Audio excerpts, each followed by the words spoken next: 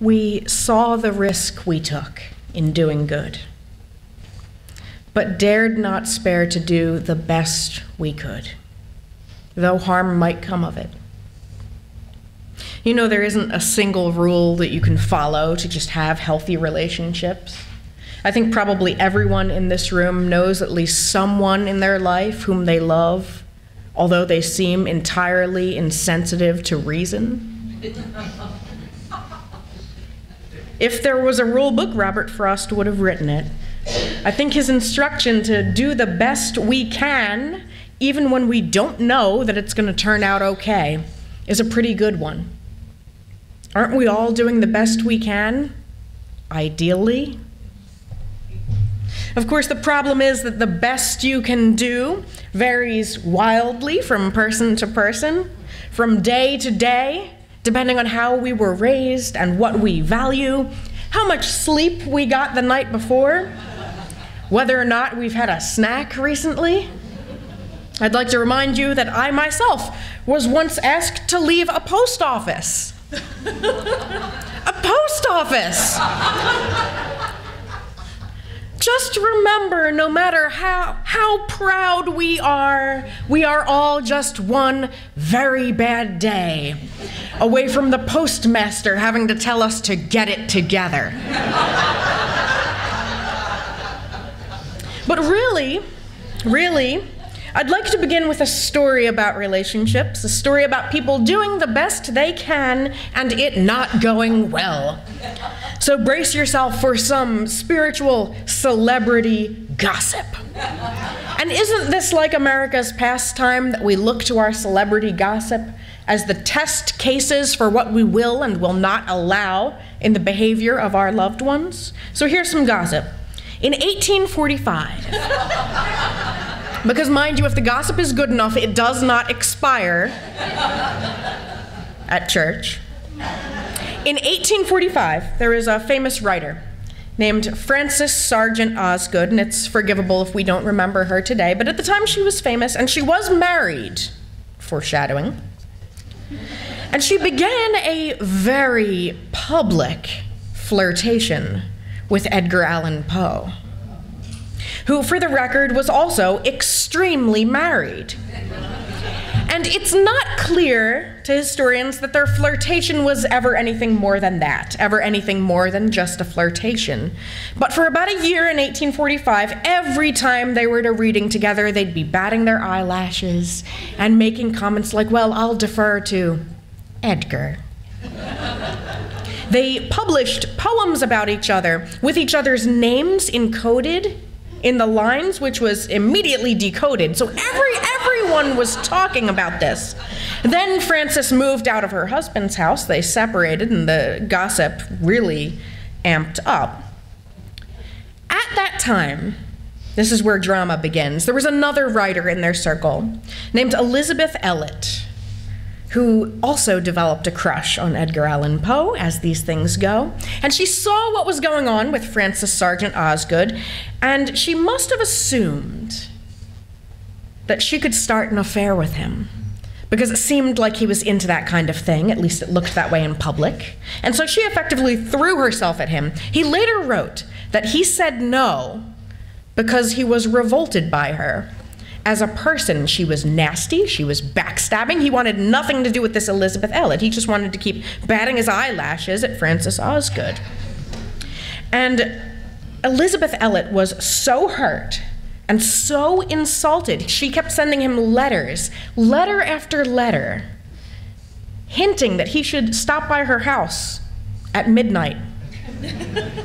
He did not show up, he did not respond, and she was humiliated.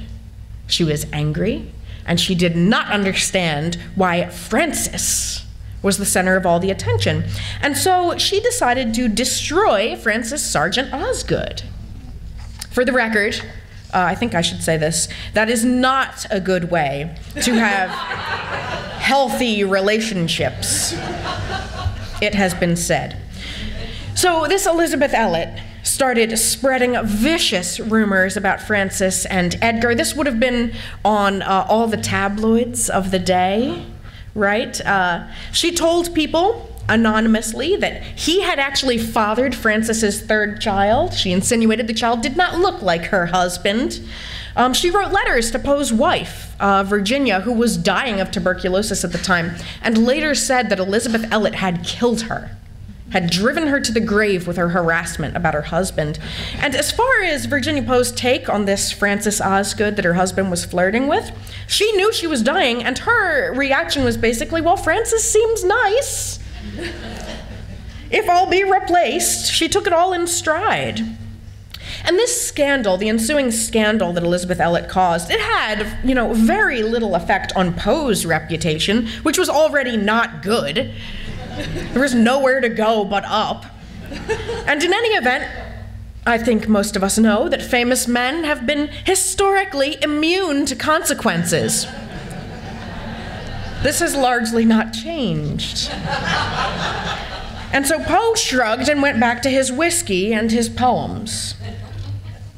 But for Frances Osgood, for her, this was a nightmare. This was a disaster. And the tipping point came when this miserable, conniving, scheming Elizabeth Elliot bumped into her at a party and said to her, and this was a lie, this is a flat-out lie, she said, Frances, he showed me your letters, the letters you wrote him. He's showing them to everybody. Everybody knows. And she didn't specify what. And so Frances was then in a panic. She's thinking, what? Which of my letters? Why is he showing them to people? What's he saying? Do people think we're having an affair? And this was a lie, right? Elizabeth Elliot was just guessing they had corresponded, but they had. And to this day, we don't know what was in the letters, but presumably they were racy enough to get Frances into big trouble. And again, men don't get in trouble. So all of that is the backstory. And the real point of all this, now we come to the crux, that in 1846, Frances Osgood did something that many of us have done. People still do to this day, something that always seems like a good idea at the time, but rarely ends well. She got all her friends involved. She called her girlfriends. And so this is like when one of the Kardashians gets in a real public fight with one of their friends, and then they tell all their friends, and before you know it, the entire entourage is on Twitter, just dropping really subtle messages and confronting each other at the bar, and then the paparazzi's taking pictures. That's what happened. So primarily, Frances told her best friend, her bestie, Margaret Fuller, the semi-Unitarian that we like to claim for ourselves, because she was a famous intellectual, a writer, a scholar. She was quite possibly the best educated person, not just woman, person in America at the day. Yes, and she was a powerhouse. Margaret Fuller did not pull punches. So Frances says, Margaret, you have to help me. You have to help me get these letters back. So she rolls up her sleeves, hitches up her skirts, and with another friend, Margaret Fuller, rolls up to Edgar Allan Poe's house, bangs on his door, and he opens the door and she says, I don't know who you think you are, Raven guy, but you need to give us Frances's letters. Now, Poe knew who Margaret Fuller was. She was famous. So this would be like who's a leading intellectual? Like Neil deGrasse Tyson? Showing up unannounced at J.K. Rowling's house? Like, okay, wizard lady. It's time to talk. We're gonna take this down to the library. And so Edgar Allan Poe was like, who do I think I am? Excuse me? Who are you? And they said, listen, Edgar, Elizabeth Elliot's talking. She told us you're showing Frances's private letters to people and implying you had an affair. And we're putting a stop to this. And of course, none of this was true, and he realized right away. And he said, Elizabeth Elliot? Elizabeth, the woman who has been propositioning me for a year? And this is an actual quote. He replied, Elizabeth Elliot had better look after her own letters.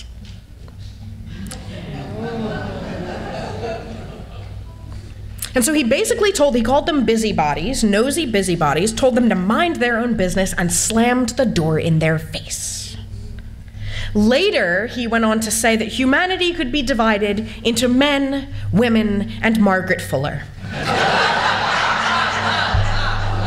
Which is, of course, one way of circumventing the gender binary, though he didn't mean it as a compliment. And I'd like to point out that at this point, the most appropriate person in this story is Edgar Allan Poe. At this point, he's the only one doing the appropriate thing to preserve these relationships, to hold good boundaries, to insist on good behavior. Christians in particular, the Christians among us, we often talk about forgiveness. We want to follow Jesus' example of turning the other cheek. We talk about forgiveness as such a virtue, and at times it is, at times. But there are also times when the best thing you can do to preserve a relationship is to slam the door in someone's face and say, no more. This isn't appropriate, this isn't healthy, I am not participating, and this behavior has to stop. Now, we're not in control of other people and we're not responsible for their feelings. We have a communal obligation to be mindful of one another's feelings, but not responsible. We are not responsible for people feeling hurt when we tell them, this has to stop, I'm sorry. You don't need to put others at ease if they're making you uncomfortable. You don't need to go along with bad behavior just to keep the peace. Peace is not the absence of conflict. It's the successful, assertive management of it. And this is done, as in Katie's story, in cooperation and collaboration. And when others refuse to collaborate, you can still hold good boundaries. What happened when poor Frances Sargent Osgood, and she was really at a loss, what happened when she sent a friend to go confront Edgar Allan Poe because she couldn't do it? That's a classic case of triangulation. How many of you have heard of triangulation? Okay, good, at least half of you. Excellent. And in triangulation, just a refresher, where instead of talking to someone directly, you go to a third party, like you talk to one of their friends or their spouse or someone who knows them, to try to loop someone else in to help you. And this happens all the time. All of us have done it. And there's lots of reasons. Either we're afraid to confront someone, or we don't think they'll listen to us, or we don't feel safe, and those are all very real reasons. But triangulation is also the primary So should I stand closer to the microphone? What if I stand close? Is that worse? Bless our sound crew for what they work with. How's this? Can you hear me? So I'll stay close and we'll keep the volume a little lower.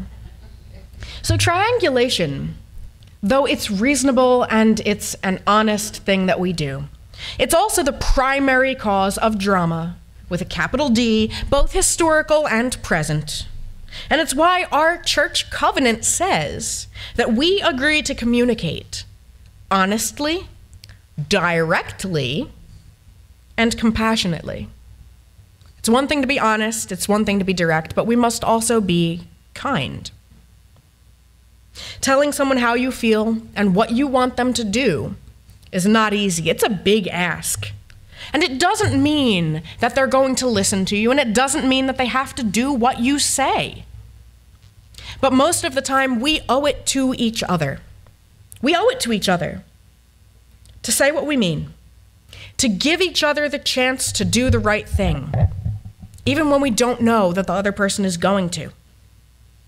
We owe it to each other to not just, although sometimes we must, complain behind our relatives' and friends' backs instead, and hope that it gets to them. Hope does not always fix all problems.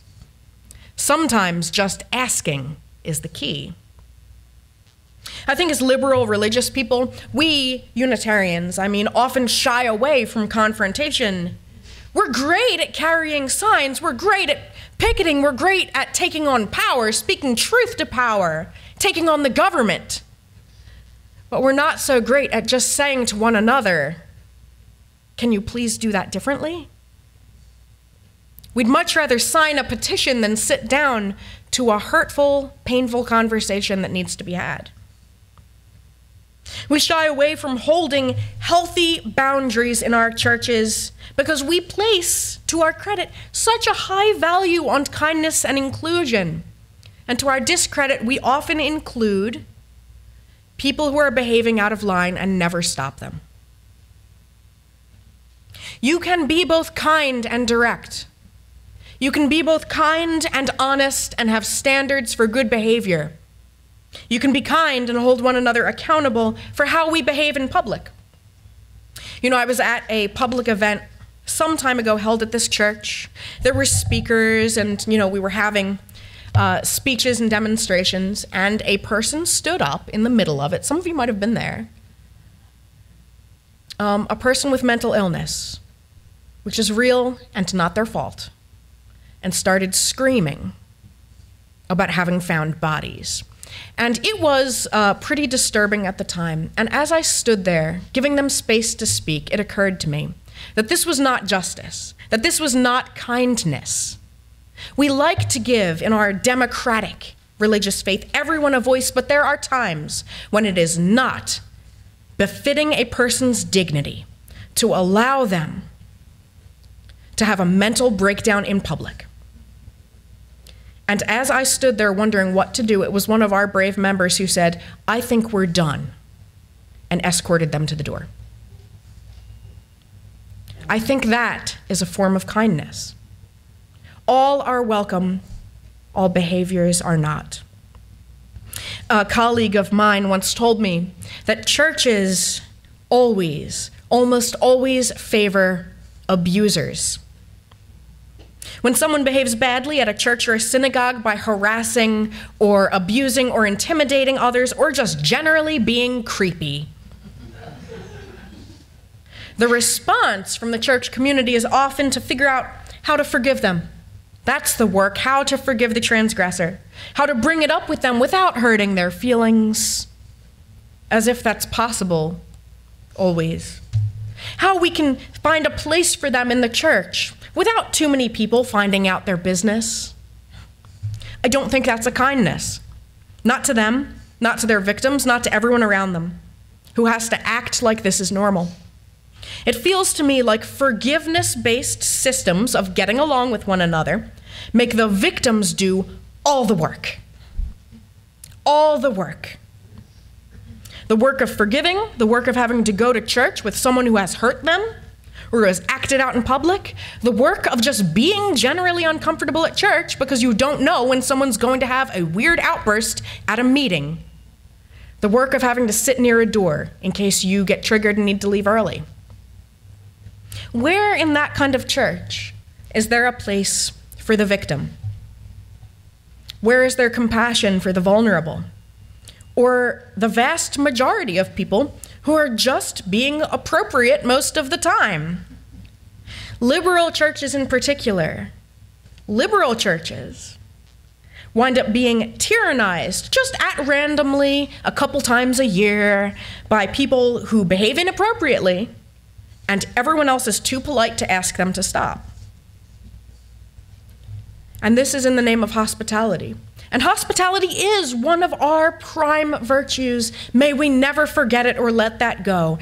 And we can practice hospitality with good guardrails so that all of us can feel safe. All of us. When we practice good boundaries, when we shut the door, as Edgar Allan Poe did, on bad behavior, on backstabbing, on that general church creepiness that pervades every house of worship for some reason, we create a safer, healthier church. And I think we have to be willing sometimes to say the uncomfortable thing to one another if we think these relationships are worth it. And I think they are. We have to be willing to say things like, hey, what you just said was inappropriate, and not worry if that hurts the other person's feelings. Because let me tell you, they didn't worry if the inappropriate thing hurt yours. We have to be willing to say, can you please give me some space? Or, I'm sorry, I don't feel like talking right now. Or, have you tried talking to Edgar Allan Poe about this yourself?